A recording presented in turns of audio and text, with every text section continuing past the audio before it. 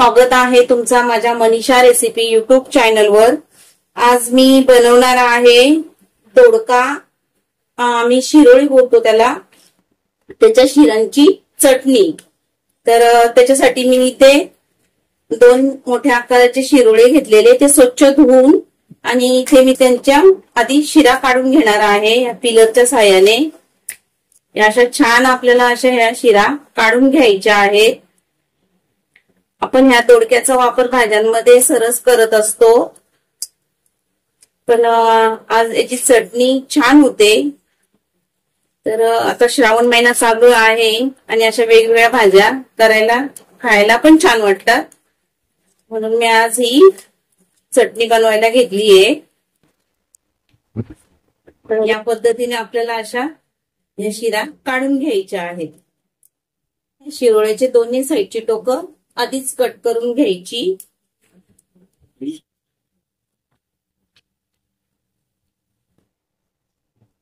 अशा पद्धतीने मी हे करून घेतली।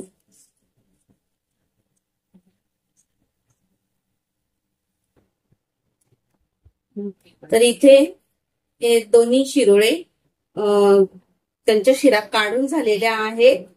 तर मी ते मिक्सर मध्ये फिरवणार आहे, पण त्याच्या आधी मी इथे त्या शिरोळ्यांच्या चटणीसाठी लागणारा साहित्य सांगते। अर्धी वाटी मी शेंगदाणे घेतलेले आहेत, भाजून घेतलेले आहेत। अर्धी मूठ कोथिंबीर आहे, फोडणीसाठी थोडासा कढीपत्ता आहे आणि मूठभर हिरव्या मिरच्या आहेत। चटणी बोलला तर म्हणजे एकदम झणझणीत तर झालीच पाहिजे। तर आधी मी मिरची आणि कोथिंबीर आणि अद्रक लसूण टाकायचा असतो, पण मी त्या अद्रक लसूणचा पेस्ट बनवलेला आहे, वाटला गेला पाहिजे म्हणून मी तो 1 चम्मच असा अद्रक लसूण पेस्ट टाकते। आधी हा मी मिक्सरला इतकंच फिरून घेते, त्याच्यानंतर मी शेंगदाणे टाकणार, नाहीतर याच्या सोबत टाकली तर शेंगदाण्यांचा पूर्ण बारीक एकदम फाईन पेस्ट होऊन जातो, म्हणून मी आधी हे मिक्सरने फिरून घेते। हे मी आधी असं कोथिंबीर, मिरची आणि अद्रक लसूण पेस्ट, जर तुम्ही अद्रक लसूण घेणार असाल तर 1 इंच अद्रकचा तुकडा घ्यायचा आहे आणि 10-12 लसूण घ्यायचे।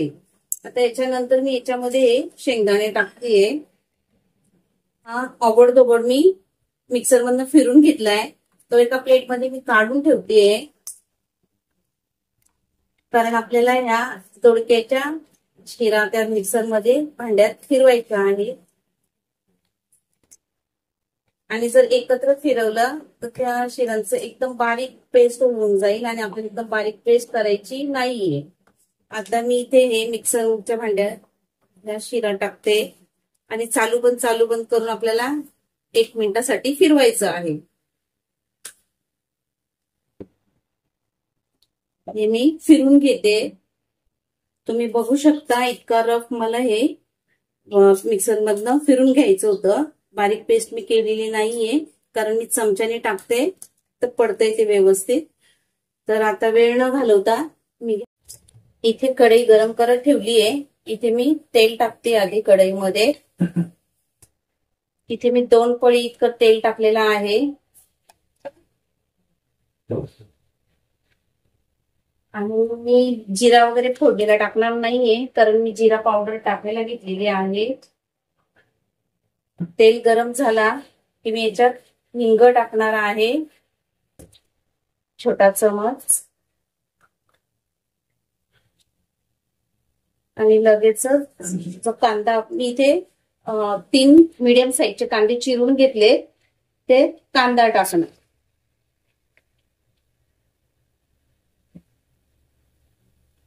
त्याला छान असा गोल्डन कलर होईपर्यंत परतून घ्यायचा आहे। 5-6 पानं मी कढीपत्त्याची घेतली आहे, ती पण आपण टाकणार आहोत।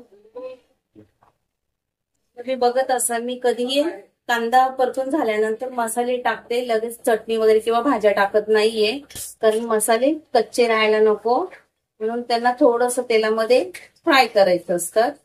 तर इथे मी 1 चमच जिरा पावडर घेतली आहे, 1 चमच हळद आहे, 1 टीस्पून धना पावडर आणि 1 टीस्पून गरम मसाला आहे आणि चवीनुसार आता आपल्याला इथे मीठ टाकायचं आहे. इथे मी चवीनुसार 1 चमच मीठ घेतलेला आहे. त्याला छान असं परतून घ्यायचं. मसाल्यांचा सुगंध छान येतोय.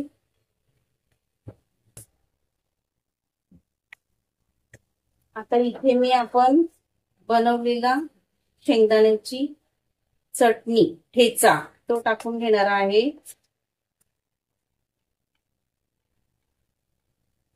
आणि त्याच्या सोबतच या दोडक्याच्या शिरा ज्या आपण मिक्सर मधनं फिरून घेतले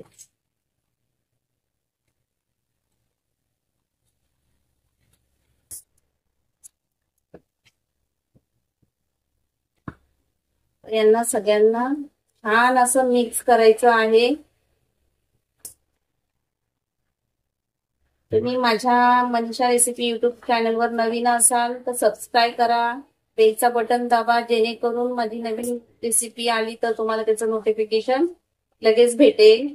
लाईक करा आणि शेअर करा. जर रेसिपी आवडली तर कमेंट करून नक्की सांगा. छान असं परतून घ्यायचं. रंग पण एकदम सुरेख आलेला आहे चटणीला.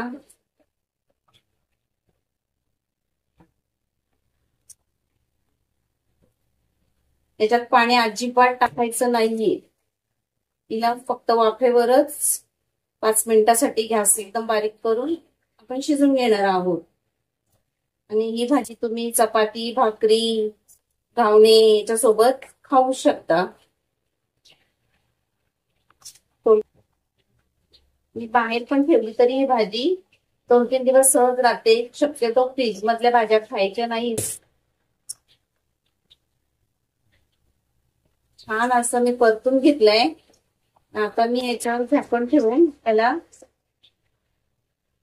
5 मिनिटासाठी ठेवते. झाकण देऊन मी 5 मिनिटासाठी गॅस एकदम कमी करून ठेवून देते. इथे 5 मिनिटं झाली आहेत आणि भाजीचा सुगंध एकदम मस्त येतोय. आज आम्ही ही भाजी भाकरींसोबत खाणार आहोत. छान अशा पलटून घ्यायची आणि आता मी गॅस बंद करते.